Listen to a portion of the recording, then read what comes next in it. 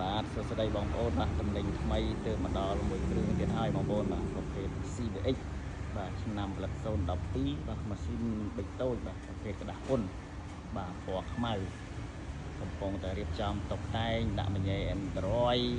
ដាក់ឈ្នន់បាទតុបតែងគ្រឿងក្នុងបាទគ្រឿងក្រៅអីគឺយើងមានឲ្យអស់ហើយបាទឈ្នន់បកកង់អីថ្មី4គ្រាប់ទេបងប្អូនចឹងបងប្អូនដែលចង់បានមកឆ្លាញ់ពណ៌ខ្មៅបាទមកគ្រឿងនេះកំពុងនឹងរៀបចំបាទ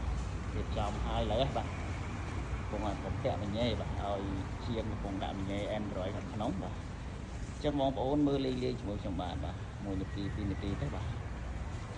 ខាងក្នុងគឺកំពុងតែដាក់តែមញ៉េមួយទៀតហើយគឺចប់ហើយបងប្អូនបាទជាគៀងមុខអីគឺយើងមានក្រុមមេបាទចំមុះអីក៏យើងមានដែរចំមុះពាក់ផ្លាកលេខបាទផ្នែកកញ្ចក់លើក្រោយអីក៏យើងមានបាទ7បាទញោ7ញោបដិញបាទចឹងមកគ្រឿងនេះទៅដល់ថ្មីទៀតពណ៌ខ្មៅបាទចឹងបងប្អូនដែលតាមសួររកខ្ញុំពណ៌ខ្មៅបាទមួយនេះគឺ012បាទទៅមកដល់ថ្មីទៀតបាទ012 CVX បាទប្រភេទកណ្ដាស់ពុនបងប្អូនបាទចឹងក្នុងវាស្អាតណាស់បងប្អូនបាទអីស្បែកប្រភេទ012បាទនេះអីស្បែកឡាប៉ុងខាងលើអីគឺនៅថ្មីទាំងអស់បងប្អូនបាទថ្មីទាំងអស់បាទនៅកម្រាលជើងមួយឈុតទៀតបងប្អូនបាទយើងដាក់កម្រាលជើង VIP មួយឈុតទៀតបាទអញ្ចឹងយើងតុបតែងមានកម្រាលជើងមានឈ្នន់ជាន់បាទមានក្រុមមេដៃទ្វារបាទមាន7កញ្ចក់មើលក្រោយមានក្រុមមេចង្គៀងខាងមុខបាទមានចំមុះបាទចំមុះដាក់លេខអញ្ចឹងយើងរៀបចំតុបតែងគឺអស់គ្រឿងនេះគឺប៉ុណ្្នឹងហើយបងប្អូនបាទខាងក្នុងមានកម្រាលជើង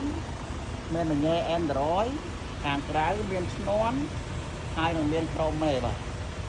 នឹងឡានដែលលេងគឺប៉ុណ្ណឹងបងប្អូនឡានលេងហើយគឺប៉ុណ្ណឹងអញ្ចឹងប៉ុណ្ណឹងអស់ប្រហែលជា$400បងប្អូនបាទ$400ទៀតបាទរៀបចំអស់បាទចឹងបងប្អូនយកទៅគឺចំណេញតែម្ដងបាទឡានរៀបចំហើយយកទៅកប់តាប់ឡាកលេខប្រើតែម្ដងបងប្អូនបាទអញ្ចឹងសម្រាប់012មួយគ្រឿងនេះបាទបងប្អូនចង់បាន